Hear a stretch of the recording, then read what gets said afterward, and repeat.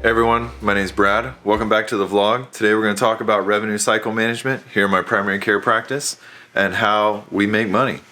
Let's take a look. So the first thing that we do for our clinic is before a patient even shows up, we run their benefits ahead of time. Patients can book either online or call us, and either way, we get their insurance information. If they mistype something online, we have someone call them the day before their visit and verify those benefits.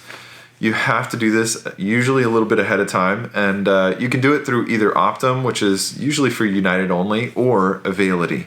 Availity is a huge website where if you're a physician, you can log on through your practice ID and your tax ID, your NPI number. Basically, you have a whole bunch of credentials that you set up with them, and then you log in, you take the patient's name, date of birth, a couple of identifiers, and then that'll pull up their insurance information, how much deductible they have left. So whenever a patient books, that even before they show up, I have one staff member that quickly goes through and says, okay, this person has a $3,500 deductible. And we basically put a mark next to them if it's a full pay visit, or if it's going to be a zero pay visit, we put another mark next to it, or if it's going to be a partial pay, we put a different mark to it. So we really have three systems, and that three systems mimics the three different types of insurance plans out there. The very first system is the straight copays. Those are going to be $20 to come and see you, maybe $50 for a specialist. Those are easy. Every single time you come in, boom, you collect your money, move on. Those are probably our favorites because patients usually know exactly what they're getting into. There's no surprises.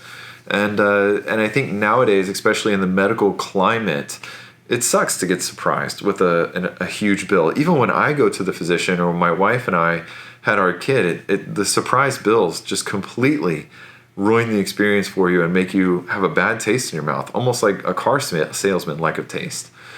So that's obviously, not what anyone wants in the medical profession, but at the same time, those straight copays are the easiest. Then from there, you have kind of this hybrid one where it'll be a percent deductible. What I mean by that is, let's say you have a $3,000 deductible. Until that $3,000 is met, this insurance company may say, we give a 20% copay.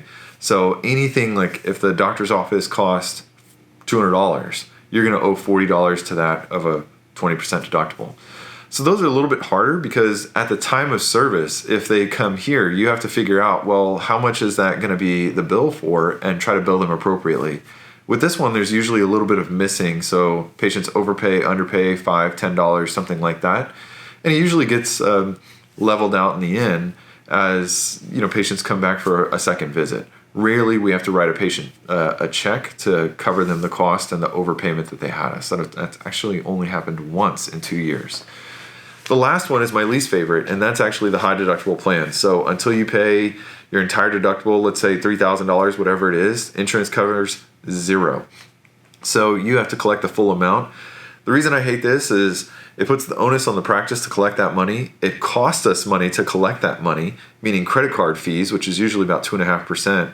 And then these patients usually don't have a good understanding of how healthcare works. So most of our complaints about billing come from this subset of patients who feel like they shouldn't have to pay $200 to come to the doctor's office, and we have to explain to them that they signed up for a high deductible plan, so they pay less every month, but every time they come to the doctor's office, they have to pay more.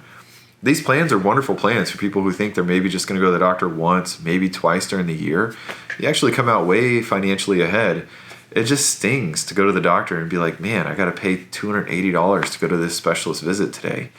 But it actually can come out ahead for some individuals. So that's the last plan and my least favorite plan. The next step is that you submit that to the insurance company. Our electronic medical record has a system where we can electronically submit those claims. Those claims are usually very quick, but there's an intermediate. There's something called the clearinghouse. Think of the clearinghouse as kind of a scrubber. You submit the claim, and the clearinghouse just says, hey, let's just make sure that everything's good, name, date of birth, insurance ID, there's no glaring errors with the submission, codes that you're submitting. If there is a huge error, then they'll kick it back to you right away and say, hey, there's a problem, just resubmit it. That way you're not wasting the insurance company's times. And the insurance companies love it because they don't have to nickel and dime every tiny little problem and say, hey, you actually forgot that this code is an incorrect code and you guys should have submitted it with something else. So I think it actually works on both ends quite well, that the clearinghouse will quickly scrub it and either deny it or accept it for the insurance companies. Insurance companies then accept the claim and then usually have, in your state, a prompt payment time. Meaning here in Texas, we have 45 days to get paid. If they don't pay us within 45 days, then there's a penalty, an insurance penalty. The insurance penalty sounds great at first thought, but it's not. Here in Texas, they have 45 days to pay, and if they don't, they have to pay interest on some of that money. So it sounds kind of great, but it's really not. Meaning that in December, one insurance company decided to just stop paying us for the whole month of December and told us that they were not going to pay out any new claims until the first quarter of 2021. Well, that led to over 45 days being met for a lot of these claims, and guess what? We got a check for $12 for about $80,000 in claims that they didn't pay out on. So on one hand, they unilaterally decided not to pay us for an entire month. I still had to pay all my bills. And what was the penalty for that? $12. So it really, you can see how insurance companies kind of, I think both patients and physicians alike have a, so now that the patients have come in, they've paid their copay, you've submitted to the clearinghouse, it's gone off to the clearinghouse, it's got to the insurance company, then comes the payment. That's the next stage. The payment at the very beginning, if you set up your practice, comes usually either check or they actually fax you a credit card that has the payment on it. This is the worst possible way to accept payment. That credit card itself has fees. Your credit card processing has fees associated with it. So to process that one payment, you're all of a sudden going to take a 7, maybe even a 10% hit on your payment. You can call them to request a check, but that could take another 2 to 4 weeks to get that check. So I would definitely recommend considering switching it to an electronic ETF, basically an electronic deposit. You can sign up, give them a voided check, and they'll deposit it directly into your account. There's no fees associated with it. It's usually very, very fast for how it's paid. So most of our payments at this point in time are probably done via electronic remittance from the insurance companies. It's probably about 70%. The 20% are probably copays, and the rest is just cash pay or whatever it may be. So now that insurance has paid, and now that the patients have paid, what else is left? Accounts receivables and the delayed payments that haven't come in yet or missed payments. So let's say someone refuses to pay whenever they walk into your office. We get payment, or we try to get payment right when they're here. If they refuse payments, that's okay. We don't necessarily hardcore enforce it unless they are delinquent on a large amount of bills in the past. But if they refuse payment, then we send them a bill whenever that comes through, whenever the insurance company comes through. That bill goes electronically and is sent via email. I think that we have probably about a 20% success rate with that very first one we send. Then if that doesn't lead to a solution, then we send another electronic request via email saying, hey, another kind reminder, you haven't paid your bill, you should pay the second one. If they don't pay the second one, then we start doing phone calls and then we start messaging them. So accounts receivable is going to be split up into multiple different categories: 0 to 30 days, 30 to 60 days, 60 to 90, 90 to 120, and then greater than 120. That's the usual split up for accounts receivables, AR. 0 to 30 days is completely current. I would argue even 30 to 60 days is completely current. The reason for that is let's say you have a submission error. Let's say you submit a bill to the insurance company, and right after you submit it, you're like, shoot, I forgot to add on an EKG, a flu shot, a tetanus shot. We forgot to do these other things. Well, those are corrected claims. You can submit a corrected claim, but that's usually going to delay things about another month.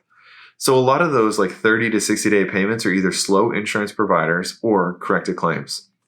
I would argue that anything from 0 to 60 days is completely on time. Once you start getting from 60 to 90 days, those are the people that you want to really try to get after to say, hey, you're now 3 months delinquent. You should pay up on this. That's your best bet of actually recovering that money. Beyond 120 days, you're pretty much never going to see that money again. And once you get to that point, you really just have to write it off. Now, you may be asking yourself, besides money in my pocket, what do I care about this? Any bank where you go and get a loan, for example, when I bought this building that we're in right now, or the space that I'm in right now, the bank automatically requested, what's your accounts receivable? What's your AR? I want to see how delinquent you are on payment and what's still outstanding debt. And it's normal to see on-time debt less than 60 days, but you really want to minimize that more than 60 days to less than 10% for sure. I think ours is hovering right around 6% for more than 60 days delinquent, which I think is actually really good for private practices. We obviously try to do things as ethically as possible, as correct as possible whenever we're billing insurance companies. And I'm happy to say that any time that our company has been audited, we have yet to have something overturned or to say that we have overcoded someone, overbilled someone, any types of those things. So I hope that kind of demystifies how accounts receivables, revenue streams come in for practices. And hopefully you guys can go out there and start making a lot of money and helping a lot of patients along the way. Have a nice day. See you guys next time.